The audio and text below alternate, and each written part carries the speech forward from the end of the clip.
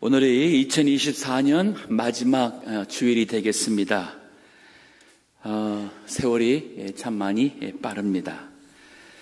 이럴 때일수록 우리가 항상 질문하는 것은, 산다는 것은 무엇인가? 내가 어떻게 살아왔는가 하는 질문을 하게 됩니다. 성경의 전도서는 이러한 질문에 대해서 답을 주고 있습니다. What is life? 인생이란 무엇인가? 또 어떻게 사는 것이 지혜로운 삶이고 어떻게 사는 것이 어리석은 삶인가에 대한 답을 주고 있습니다. 그리고 오늘 본문은 그 결론으로 말씀을 하고 있습니다. 오늘 결론이 이렇게 시작하죠. 일의 결국을 다 들었으니, 즉 인생이 무엇인지 들었고 또 우리가 어떻게 살아야 되는 것을 다 들었으니까 하고 마지막 권면을 주고 있습니다. 뭐라 그럽니까? 하나님을 경외하고 그 명령을 지킬지어다. 이게 두 가지예요. 하나님을 경외하라, 그 명령을 지켜라. 이것이 사람의 본분이니라. 마땅히 인생이 무엇인지를 깨달은 사람이라면 마땅히 어떻게 살아야 되느냐 할 때에 이 두 가지가 있고, 그리고 14절에 하나님은 모든 행위와 모든 은밀한 일을 선악간에 심판하시리라. 이것은 어떻게 보면 경고이면서도 우리에게 우리 하나님 앞에 설 것을 생각하며 살라는 말씀이 되겠습니다. 오늘 본문의 말씀을 통해서 우리 모두가 다 하나님 앞에 설 때에 부끄러움 없이, 후회함이 없이 사는, 인생을 사는 성도가 됐을 길을 간절히 바랍니다. 자, 그럼 오늘 본문의 말씀에서 먼저 인생의 일의 결국에 대해서 생각합니다. 일의 결국 다 들었습니다. 그것이 바로 무엇입니까? 이게 바로 전도서의 요약인데, 인생은 헛되다는 거예요. 하나님 없는 인생은 다 헛되다 하는 것이 전도서의 우리에게 주는 결론입니다. 자, 오늘 그 1장으로 가서 잠시 봅니다. 1장 2절에 보니까 전도서가 이렇게 시작합니다. 전도자가 가로되 헛되고 헛되며 헛되고 헛되니 모든 것이 헛되도다.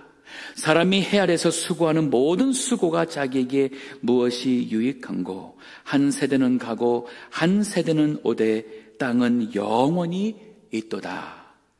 즉 우리의 모든 수고와 노동과 공부하는 것, 이것이 다 결국 죽음 앞에서 우리 인생은 다 헛된 것이다고 말하고 있고, 한 세대는 가고 그리고 한 세대는 온다는 사실을 우리에게 깨닫게 하고 있습니다. 그뿐인가요? 5장으로도 가보겠습니다. 5장 10절에 보겠습니다. 거기 보니 은을 사랑하는 자는 응으로 만족함이 없고 풍부를 사랑하는 자는 소득으로 만족함이 없나니 이것도 헛되도다. 제가 이렇게 보면은 돈이 많다 그래서 그 많은 사람일수록 더 하나님의 일을 위해서 많이 드리고 선을 많이 행하는 것이 아니더라고요. 없는 가운데서도 선한 일을 많이 하시고 또 하나님의 일을 위해서 드리시는 분들이 있음을 봅니다. 또 가진 것이 많다 그래서 더 만족해하고 더 행복하냐? 그렇지가 않더라고요. 진정한 많음은 부족함을 느끼지 못하는 것이라 할 수 있지요. 가진 것이 넉넉하지 않음에도 불구하고 만족해하며 나눌 줄 알며 감사할 줄 알며 행복해하는 사람이 또한 있습니다. 자, 여기서 하는 말이 그거 아니겠어요? 은을 사랑하는 자는 은으로 만족함이 없고 풍부를 사랑하는 자는 소득으로 만족함이 없나니 이것도 헛되도다. 재산이 더하면 먹는 자도 더하나니 그 소유주가 눈으로 보는 것 외에 무엇이 유익하랴. 노동자는 먹는 것이 많든지 적든지 잠을 달게 자거니와 부자는 배부름으로 자지 못하느니라. 제 아버님께서 목회자가 되기 전에는 사업을 하셨습니다. 50 중반까지 사업을 하셨는데 어릴 적에 우리 아버님 하시던 말씀 중에 이 전도서 말씀을 많이 인용했어요. 여기 노동자는 먹는 것이 많든지 적든지 잠을 달게 자거니와 부자는 배부름으로 자지 못한다. 그러면서 사업하시는 분들이 그 회장이라는 분들이나 3시간, 4시간 자기도 힘들 만큼 그렇게 노력하고 늘 자금으로 인해서 신경 쓰고 한다는 얘기를 하던 기억이 나요. 그러면서 아버님도 노동자가 편안하게 먹고 잠자는 것이 부럽다 하는 얘기를 하던 얘기가 있습니다. 생각해 보면은 저 어린아이가 뭘 안다고 저한테 인생을 논했는지 모르겠어요.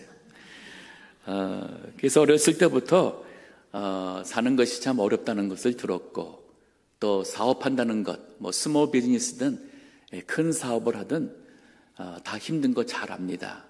저도 공부를 할 때 당시 또 뭐 개초기 때 우리 집사람이 수고를 많이 했죠.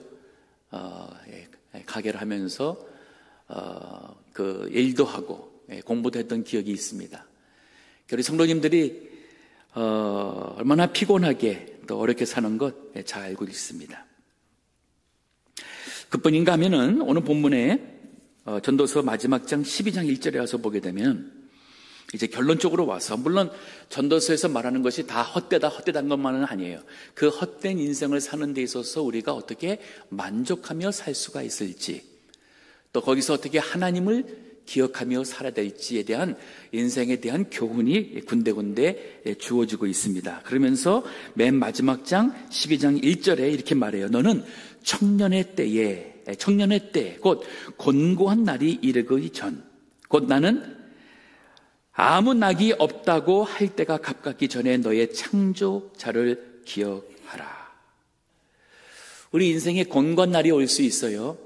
질병이나 사고를 통해서, 아니면 경제적인 위기를 통해서 우리가 어찌할 수 없는 인생의 곤고한 때가 올 수 있습니다. 그것이 심하게 되면, 나는 아무 낙이 없다 할 때라면 죽음이 임박했다고 볼 수 있죠. 죽음이 임박하면 명품 사다 준다 해서 기뻐하지 않을 것입니다. 맛있는 갈비로 대접한다 해서 먹을 수 없을 것입니다. 좋은 곳에 여행 가자고 해서 갈 수가 없는 침대에 누워 계신 상황에 인생에 그 무엇이 낙이 있겠습니까? 언젠가는 여러분이나 저나 그러한 때를 맞이하게 될 것입니다. 근데 그 이전의 때는 다 청년의 때예요. 즉 나이가 20, 30대라 성경이 아니라 내가 창조주 하나님을 기억하고 그 하나님 앞에서 올바른 선택을 할 수 있는 때라면은 그것은 바로 청년의 때예요. 여기 계신 우리 70대 청년의 때에 계신 우리 교우들도 계시고 80대 청년의 때를 사시는 분도 계십니다. 더 늦기 전에 창조주를 기억하라고 전도서는 우리에게 말하고 있습니다. 전화록을 정리하면서 우리 올해 전화록을 이렇게 살펴봤습니다. 저희 교회 은퇴 장로님 혹은 협동 장로님들 중에서 4분 이름이 지워지게 됐더라고요. 한 번은 저희 교회에서 장로님으로 수고 많이 하셨고, 이제 90이 훌쩍 넘으셔서 천국 가기의 임박함을 느끼시고 한국에 아들 집에 가서 그곳에서 묻히기를 원하셔서 가셨습니다. 6.25 참전 용사시라서 아마 국립묘지에 거기에 자리를 잡을 것 같습니다. 3분 장로님은 저희 곁을 떠나셨어요. 천국 가셨습니다. 이렇게 보면서 한 해 동안 여러분이 가셨구나 하는 생각이 들었어요. 언젠가는 우리가 다 떠나는 것, 이게 바로 인생이에요. 여러분이 우리 인생을 어떠한 명예나 소득이나 혹은 세상 사람들이 생각하는 성공의 목적을 두고 살아가신다면 마지막에 가서 그들은 한결같이 헛되고 헛되며 헛되고 헛되니 모든 것이 헛되도다라고 말을 하게 되실 거예요. 오늘 본문에서도 오늘 12장 7절 8절에도 그 말이 있습니다. 봅니다. 전도서 12장 7절에 흙은 여전히 땅으로 돌아가고 신은, 여기서 말하는 신은 영혼이에요. 영혼은 주신 하나님께로 돌아가기 전에 기억하라. 여기 흙은 우리 육신을 가리켜요. 우리 육신은 흙으로 만들었어요. 그래서 이 흙으로 만들어진 육신은 여전히 땅으로 돌아가고 우리의 영혼은 그 주신 하나님께로 돌아가는 것은 바로 죽음의 때를 말하고 있습니다. 그때 그 전에 기억하라. 이 전도서에서 교훈하는 것을 기억하라. 그리고 8절에 전도자가 가로되 헛되고 헛되도다. 모든 것이 헛되도다. 자, 이것은 하나님 없이 살아가는 인생은 다 헛되다는 말씀이에요. 하지만 우리 하나님을 알고 이제 죽음 이후에 천국에 대한 또 천국에서의 영생을 소망하며 또 하나님과 함께 살아가는 인생은 결코 헛되지 않습니다. 아름답습니다. 만족스럽고 그리고 천국에 갈수록 기대할 수 있는 것이 있는 그러한 삶을 살 수 있습니다. 자, 그래서 오늘 결론으로 여기 13절, 14절에 보게 되면 우리에게 세 가지 교훈을 주고 있습니다. 다시 전도서 맨 마지막 12장 13절을 봅니다. 이래 결국을 다 들었으니 하나님을 경외하고 그 명령을 지킬지어다. 첫 번째, 하나님을 경외하라 그랬습니다. 여기 경외하란다는 단어는 무서워하다는 의미가 있습니다. 무서워하는 의미 포함이 되어 있지만은 하나님을 무서워하되 그 하나님의 나를 용서하셨고 사랑하신다는 것을 알 때에 그냥 무서움이 아닌 그게 하나님을 향한 경외심으로 바뀌어가야 될 것입니다. 이 경외심에는 하나님을 높이는 마음이 있고 하나님을 사랑하며 하나님께 친근히 하고 싶어하는 마음이 있을 것이에요. 즉 하나님을 경외하라 그랬습니다. 솔로몬이 기록한 오늘 이 전도서 외에도 잠언이 있습니다. 혹시 이제 시간을 내셔서라도 전도서를 꼭 읽어보시기 바랍니다. 오래 가기 전에 전도서 읽어보세요. 12장밖에 안 되니까 그냥 큰 소리로 이렇게 차근차근 읽으셔도 한 15분 정도, 한 20분 정도면 읽을 수 있을 것입니다. 또 이제 새해를 맞이하면서 잠언서를 꼭 읽으시기 바랍니다. 우리 인생 후회하지 않고 시간 낭비하지 않고 나중에 헛되다는 말을 하지 않을 수 있도록 전도서와 잠언을 꼭 읽으시기 바라요. 근데 그 잠언서의 주제가 되는 구절이 바로 1장 7절의 말씀이 있어요. 잠언 1장 7절에 이렇게 말합니다. 여호와를 경외하는 것이 지식의 근본이오늘 미련한 자는 지혜와 훈계를 멸시하느니라. 여기 지식의 근본인 것은 뭘 안다고 할 때에 그 가장 기초는 여호와를 경외한다는 거예요. 여호와를 경외하지 않는 사람은 아무리 세상에서 많은 공부를 하셨어도 책을 많이 읽으셨어도 심지어는 성경을 안다고 하시면서도 여호와를 경외하지 않아 하신다면 죄송하지만 아직 안다는 그 세계에 입문하지 못한 거예요. 여호와를 경외하지 않는 사람은 진정 하나님을 믿지 않습니다. 하나님의 말씀을 순종하지 않을 것입니다. 몸은 교회 나오지만 내 종교관대로, 내 인생관대로, 내 세계관대로, 내 식대로 살아가고 계실 거예요. 여호와를 경외하는 것이 바로 그 출발점이에요. 출발점. 그러면 여호와를 경외하는지 안 하는지 나를 어떻게 점검할 수 있을까? 제가 말씀 준비하면서 곰곰하게 많이 생각해 봤어요. 과연 여호와를 경외한다고 말할 수 있을까? 네 가지로서 내가 여호와를 경외하는 사람인지 아닌지 한번 체크리스트를 4가지 단어로 만들어 봤습니다. 첫 번째는 영어로 다 C로 시작하는 단어들이에요. 첫 번째는 confession. confession의 것은 confession. 한국말 한다면 고백이에요. 즉 뭐냐면 과연 하나님은 나에 대해서 나의 보이지 않는 내 속 안에 있는 모든 것까지 나의 안과 밖의 모든 것을 다 아시는 분이라고 내가 믿고 고백할 수 있느냐. 그렇게 고백하지 않는 사람은 하나님이 나의 모든 생각이나 의도나 내 마음에서 계획하는 것을 안다고 생각하지 않고 그렇게 믿지도 고백하지 않고 사는 사람은 결코 하나님을 경외할 수 없습니다.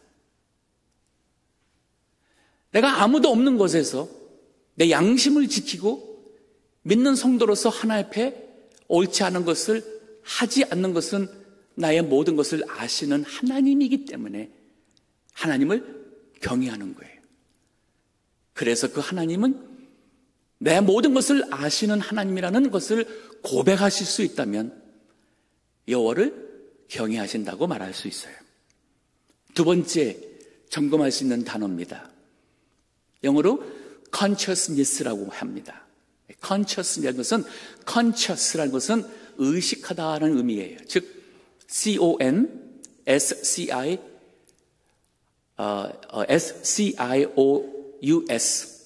그 다음에 NESS consciousness.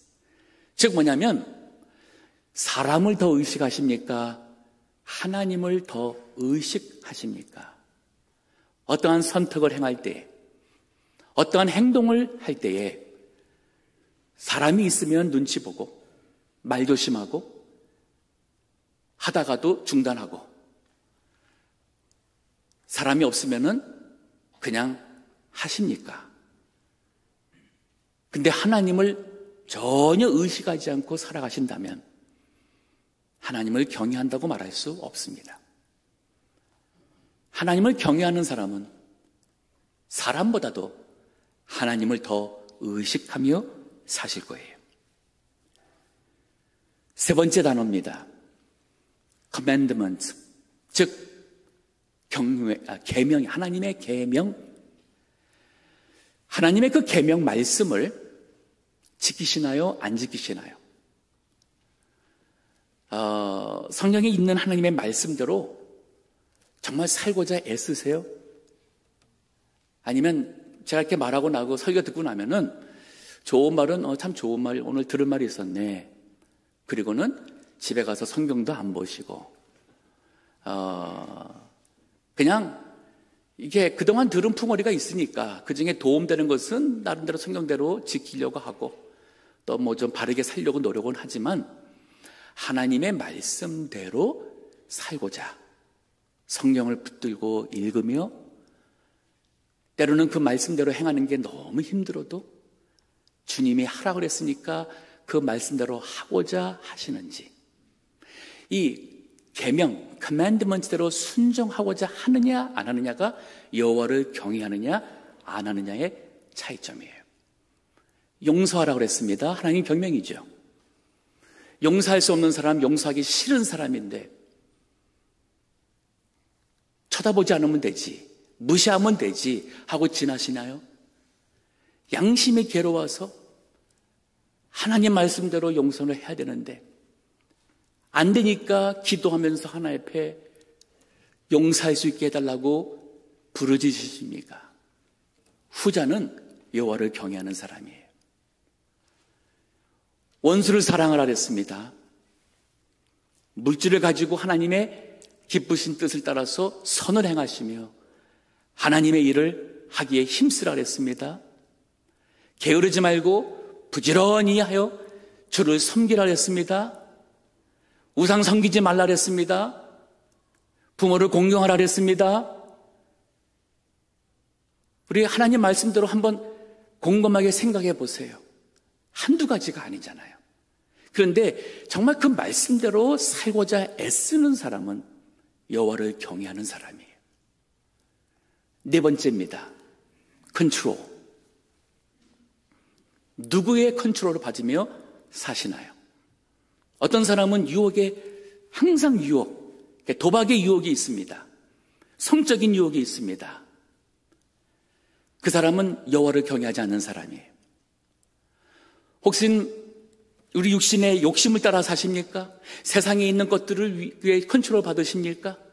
그러면 그 사람도 하나님을 경외한다 할 수 없습니다. 그러나 그러한 많은 유혹과 욕심과 세상의 것들이 다 나 주변에서 나를 흔들어도 내가 하나님을 믿으니까, 나는 죽어서 하나님 나라를 소망하며 하나님 앞에 설 때에, 그리고 그 천국에서의 그 소망을, 영생을 소망하며 사는 사람이니까, 나의 관점이 그러니까, 그래서 그러한 유혹이나 이 모든 것을 물리치고 그리고 하나님의 기뻐하시는 이를 위해서 살고자 한다면 이 신앙과 소망에 컨트롤 받으신다면 그분은 여호와를 경외하는 사람이라 할 수 있어요. 여러분, 저희 교회 보수교회입니다. 아시다시피. 근데 보수라 해서 우리가 찬송가를 하기 때문에 꼭 보수 아니에요. 여러분, 우리가 넥타이 맨다 그래서 보수 아니에요. 착각하지 마세요. 말씀을 지키기라고 하기 때문에 보수가 되는 거예요. 하나님의 계명대로 살고자 하기 때문에 그게 바로 보수가 되는 거예요. 그러면 사람들이 그래요. 보수신앙, 또 말씀 지키라 하는 신앙은 그거는 율법주의적이다라는 얘기를 종종 많이 합니다. 그건 무식한 얘기예요. 그렇지 않습니다. 말씀을 지키는 것은 하나님을 사랑하기 때문에 그런 거예요. 즉, 말씀대로 사는 게 그렇게 해야 되기 때문에, 안 하면 혼날까봐, 안 하면 사람들이 보니까 눈치 때문에, 그래서 싫은데 하고, 그거 아니에요. 말씀을 지키는 이유는 주님을 사랑하기 때문에 하고 싶어지는 것이 바로 진정 신앙이에요. 이거 제가 하는 얘기가 아니라 바로 예수님이 우리에게 교훈하신 겁니다. 볼까요? 제가 조금 앞서가 버렸네요. 요한복음 15장 10절인데, 이거 우리 말씀을 계명을 지키라는 것을 읽을 거긴 했는데 읽겠습니다. 요한복음 15장 10절과 11절에 봅니다. 예수님이 하신 말씀이에요. 내가 아버지의 계명을 지켜 그의 사랑 안에 거하는 것 같이 너희도 내 계명을 지키면 내 사랑 안에 거하리라. 사람들은 요즘에 하나님 말씀을 저버리고 하나님은 사랑이다, 하나님은 사랑이다, 사랑해야 된다, 동성애하는 사람들도 사랑해야 되고, 맞습니다. 그러나 동성애를 사랑하는 건 아니에요. 여러분, 죄인을 사랑하는 건 맞지만은 그 죄인이 행하는 죄도 오케이 하는 것 아니에요. 죄는 범하지 마라. 그러나 하나님은 당신이 회개할 때 용서하실 겁니다. 왜? 하나님은 당신을 사랑하기 때문에 하나님은 회개하고 돌아오기를 원하시는 거지, 죄를 범하고 계속 있어도 하나님은 사랑한다는 것은 아니에요. 도덕질 계속하면서도 하나님은 당신을 사랑한다는 말은 그 사람을 그 죄에 멸망하게 만드는 거예요. 동성애하는 사람을 향해서도 하나님은 당성인을 사랑하기 때문에 동성애를 해도 괜찮다? 아니에요. 잘못된 거예요. 여기 예수님이 내가 아버지의 계명을 지키는 것, 이게 율법적인 것 아니에요. 그의 사랑 안에 거하는 것입니다. 하나님 아버지를 사랑하니까 율법을, 하나님의 말씀을 지키는 것이고, 하나님 말씀을 지킴으로써 하나님을 사랑하는 것이 입증되는 거예요. 너희도 내 계명을 지키면 내 사랑 안에 거하리라. 내가 이것을 너에게 이름은 내 기쁨이 너희 안에 있어 너희 기쁨을 충만하게 하려 함이니라. 그 말했어요. 또 말씀 지키는 게 중요한 것은 뭐냐면, 말씀 지키는 것과 신앙 양심을 지키는 것이 같이 가게 되어 있어요. 이제 제가 오늘 이 네 가지를 가르쳤잖아요. 여호와를 경외하는 게 뭔지를 알려줬고, 다 하고 나니까 몰랐을 때는 그냥 모르고 살았는데, 알고 나면은 이제 양심이 자꾸 나한테 말할 거예요. 그러면 안 되는데, 이 가지 말라 그랬잖아. 이 양심이 한단 말이에요. 그러면 이 양심대로 살수록 여러분은 말씀을 지키게 될 거예요. 자, 이것이 디모데전서 1장 18절과 19절에 있는 말씀이에요. 바울이 말합니다. 아들 디모데야, 내가 네게 이 경계로서 명하노니 전에 너를 지동한 예언을 따라 그것으로 선한 싸움을 싸우며 믿음과 착한 양심을 가지라. 믿음과 착한 양심을 가지라. 어떤 이들이 이 양심을 버렸고 그 믿음에 관하여는 파선하였느니라. 양심 지키셔야 돼요. 신앙 양심을 지키셔야 돼요. 나는 믿는 자로서 양심 지켜야 돼요. 그 양심을 지킬 때에 하나님을 경외하는 사람 되고 그리고 그 계명을 순종하는 사람이 되는 거예요. 이게 바로 지혜입니다. 지혜. 자, 오늘 본문의 말씀에서 하나님을 경외하고 그 명령을 지키라 그랬죠. 이거 두 번째, 우리가 어떻게 살아야 되느냐. 명령을 지키는 것은 마치 좋은 약을 먹는 것과 같다고 비유를 드리겠어요. 좋은 약이 있어요. 이건 먹으면은 감기든 아니면은 정말 암을 죽인다는 진짜 사람 살리는 약입니다. 근데 그 좋은 약이 얼마나 좋은 것을 알면서 먹지 않고 있으면 그 약은 나의 몸에 아무 도움이 되지 않습니다. 성경 말씀은 하나님의 말씀이래. 성경에는 좋은 말씀들이 많이 있대. 예수 믿으면은 복 받는데 남 얘기하듯이 사시면서 내가 정작 말씀을 지키지 않고 내가 정작의 말씀을 믿음으로 붙잡지 않는다면 좋은 약이 옆에 있음에도 먹지 않고 질병적으로 사는 사람과 같다고 말할 수 있습니다. 예수님이 나사로를 살리러 왔습니다. 그리고는 무덤 앞에 와서 무덤을 막고 있는 돌을 옮기라 그랬어요. 그러니까 바로 옆에 나사로의 누이되는 마르다가 주여, 죽은 지 나흘이나 되었어요. 냄새가 나나이다. 그때 예수님이 뭐라 그랬습니까? 내 말이 네가 내 말을 믿으면 아버지의 영광을 보리라 하지 아니하였느냐. 즉 죽은 지가 나흘이나 됐고 냄새가 나 있고 왜 돌을 옮기라고 하시는지 이해는 안 되지만 나를 믿고 내 말대로 하라는 거예요. 그러면 아버지의 영광을 보리라. 그리고 돌을 옮겼어요. 예수님이 나사로야 나오라 하니까 손발이 천으로 다 묶인 그 나사로가 살아서 나옵니다. 그럼 믿음 생활 하시면서 믿기 싫어도 믿으셔야 돼요.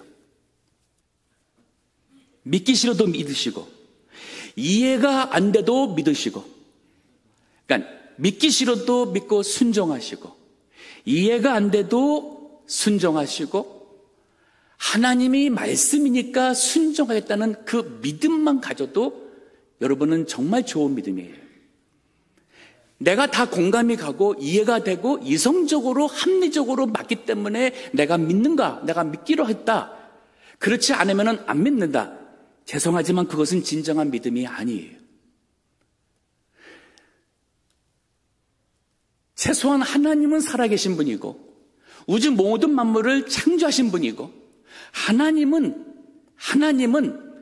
영원전부터 영원까지 자존하신 분, 전능하신 분, 하나님은 정말 선하시고 의로우시고 거룩하시고, 여러분 그것이 고백이 진짜 고백이시라면 그러면 이제부터는 하나님 말씀대로만 살면 돼요. 이해가 안 돼도 이성적으로 합리적으로 설명할 수가 없어도 어떻게 죽은 사람이 무덤에서 사흘 만에 살아납니까? 어떻게 나사로를 살려낼 수 있습니까? 과학적으로는 인간적으로는 설명할 수 없지만은 전능하신 하나님이니까 할 수 있는 것이고, 전능하신 하나님이 그것을 하기 위해서 돌을 옮기라 하신다면 옮기기만 하면 되는 거예요. 제가 이 자리에 있기까지는 제대로 모르면서도 해야 되기 때문에 순종한 그 은혜예요. 자, 초등학교 때 그리고 중학교 때 한국에서는 우리 아이들 오후 예배가 있었어요. 그 오후 4시예요. 어른들은 2시 예배 끝나면 다 끝나서 집에 가는데 애들은 예배가 4시에 있었어요. 오후 4시에. 그럼 어른들도 집에 가는데 아이들은 남아서 어린이 예배를 봅니다. 중고등부들 예배를 봅니다. 그러면 또 주일학교 오전 예배는 아침 9시에 있었어요. 그럼 아침 9시 예배 보고 어른 예배도 보라 그래서 어른 부모님 옆에서 앉아가지고 예배도 보다 11시 보고 점심 먹고 실컷 놀다 나면은 오후 4시에 예배 보려고 그러면은 정말 가기 싫었어요. 가면은 졸았습니다. 존 이유가 아마 실컷 뛰어놀다가 갑자기 앉아 있으려니까 얼마나 졸려요.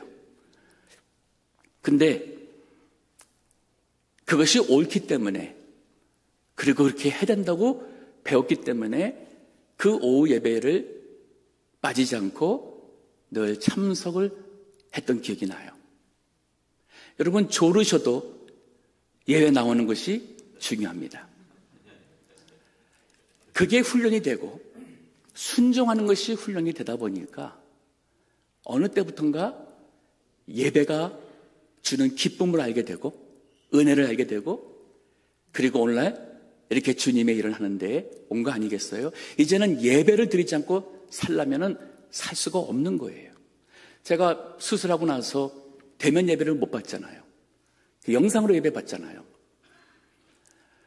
그나마 영상으로 예배 드린 것이 얼마나 감사한지 몰라요.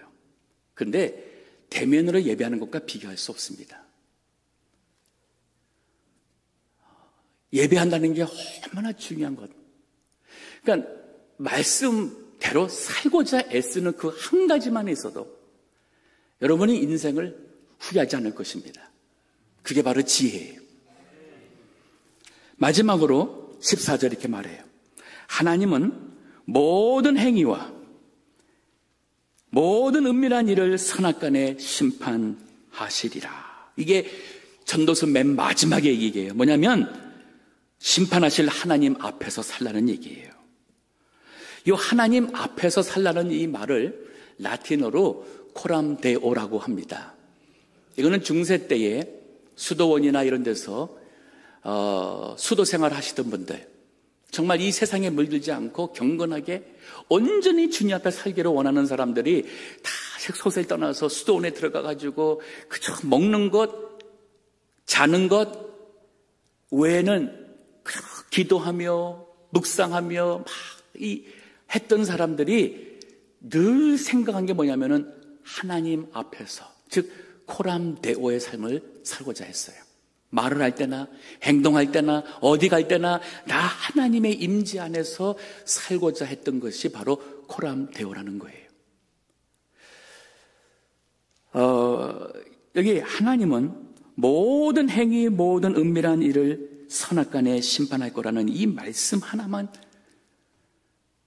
여기 내가 의식하며 산다면 아마 우리 인생 미련하게 살지 않을 것 같아요. 운전하시면서 혹시 신호도 위반하시고 과속도 하고 막 마음대로 하십니까? 경찰이 기다리고 있다는 것을 알고 하는 분은 별로 없는 것 같아요.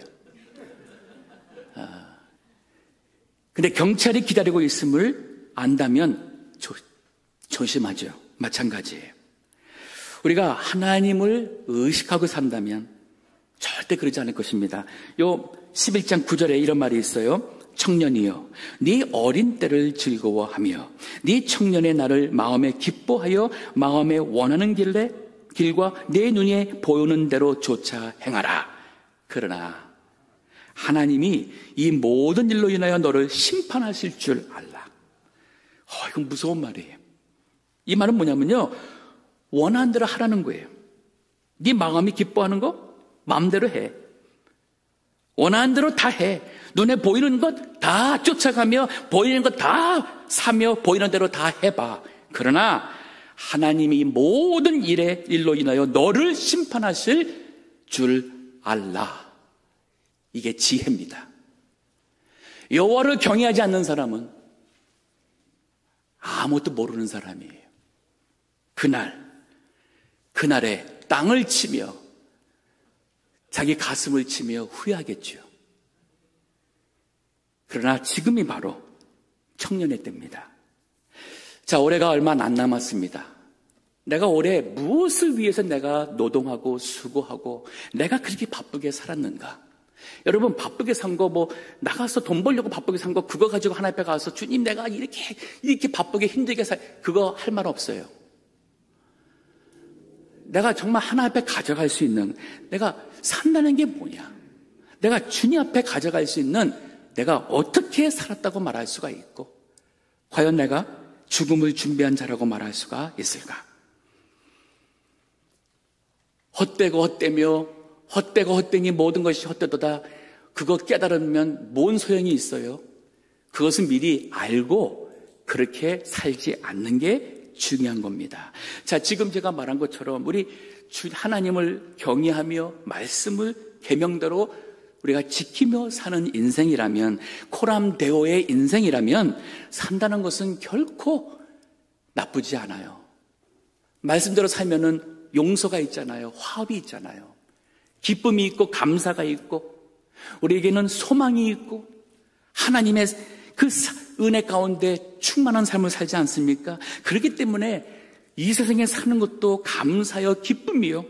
이 세상을 떠나서 천국 가게 된다면 그 모든 것이 더욱더 증복되는 그러한 영생을 기대하는 삶이 될 것이에요. 올해가 얼마 안 남았습니다. 새해를 우리 새로운 마음으로 출발하시되 하나님이 기뻐하시는 또 나의 기쁨이 되는 축복된 삶을 사시기를 주의 이름으로 축원합니다. 기도하겠습니다.